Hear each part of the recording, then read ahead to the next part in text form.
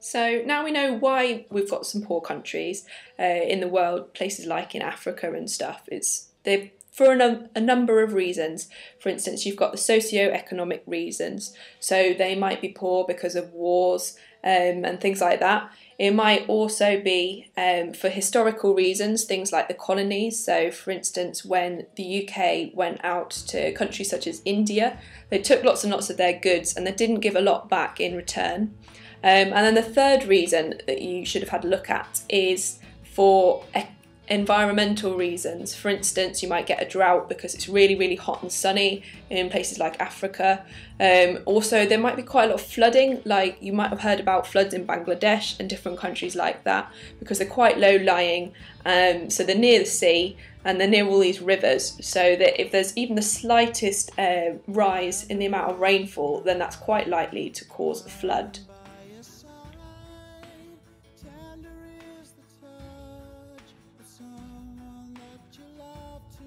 So we're left with lots of poor countries in the world, but what are we going to do about it?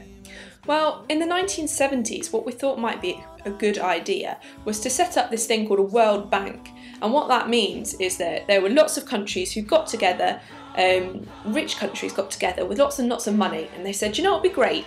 Would be if we could lend this money to people, then perhaps they could build stuff which would make them develop and make them be a bit richer. And I tell you what we'll do is we'll give them lots of money and we'll tell them to build things like dams, because surely dams are a great idea, aren't they? So if we've built a dam in this country, then there'll be lots and lots of water, there'll be some jobs, they might even provide some power. So that'll be a great idea, won't it? But actually, if you think about the Akosombo Dam in Ghana, it wasn't all that good, because a lot of people had to move. A lot of people didn't get the water that it was said it was going to provide for those villages. So there were lots of negatives about that dam. There's also a lot of negatives about some of the other projects that they used with the money that they borrowed from the World Bank. They tended to be really, really large-scale projects which the government and which the UK and other countries that were rich said, you know, these are going to be great ideas, but they weren't appropriate. And what we're talking about is more and more appropriate technology. So perhaps what might have been better in a situation like that was for these governments in places like Africa to borrow the money from the World Bank and to use that money to maybe build water pumps or maybe put some money into schools, into education, so that people would have a better chance of getting a better job because they've got a better education, better literacy rate and things like that.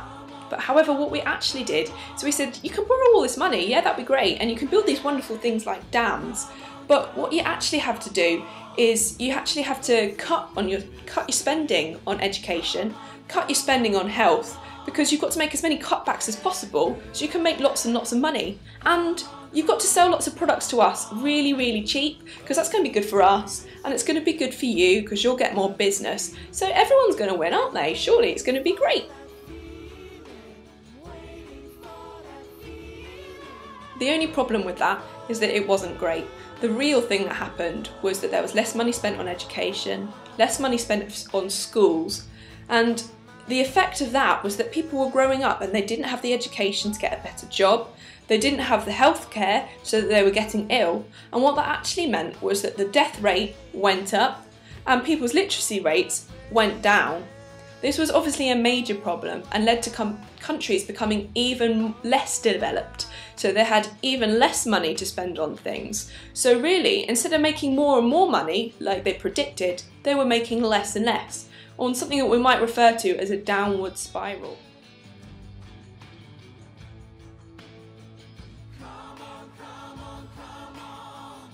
The other bad thing about this third world debt was that you don't just get money for free. People want something back in return. If I was to go to the bank and ask for a loan of £100, maybe Barclays would lend me £100, but they'd say, yeah, but you have to pay me back £110 next week because I've got to make something off this too. So we did exactly the same when we set up this World Bank. We went to these countries and we said, yeah, you can borrow £1 million, that's fine, but you have to pay us back a little bit more. And that little bit more, that little bit extra that we add on to that £1 million, we call it interest.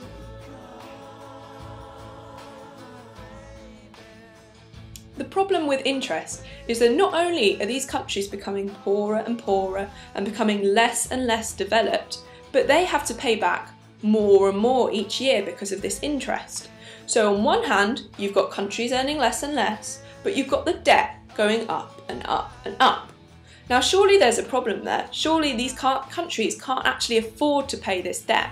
And that was what actually happened. These countries can't afford to pay the debt, they're becoming less and less developed, you're getting more and more people dying of things like starvation and preventable diseases because they don't have any money in the countries, because they owe us lots of money.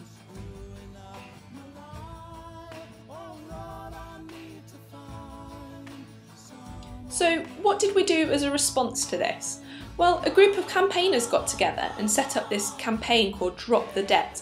And what that was, it was kind of like a lobby so that we could go to different governments in different countries and say, look, this is ridiculous. Why do people owe us money? We've got plenty of money, we don't need any more, whereas these people are dying. What can we do to try and stop this? What can we do to stop the problem? Let's just drop the debt. Let's just pretend it was never there in the first place. Let's wipe this debt clean so that they don't owe us any more money. That way they can start to develop a bit. They can start to spend a little bit more money on education and on health and these things that are going to make them develop as a country.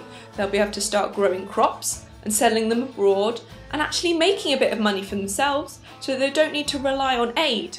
Because really, if you think about it, all these countries are really poor and they ask us for money all the time, and we give to charities, we give to different aid schemes, the governments give loads of money to help countries develop. But surely why are we giving them money when we're also taking that money away? It doesn't really make sense. So if we get rid of this debt, then the problem will go away, surely. So what we did was, around about the millennium, we did drop some of that debt, and some countries like Ghana that we've been looking at no longer have any debt to the World Bank. However, there are still some countries that have got lots and lots of debt. And therefore we need to keep on campaigning, we need to keep on going and try and encourage the governments and the World Bank to just drop this debt completely, because it's not doing anybody any favours.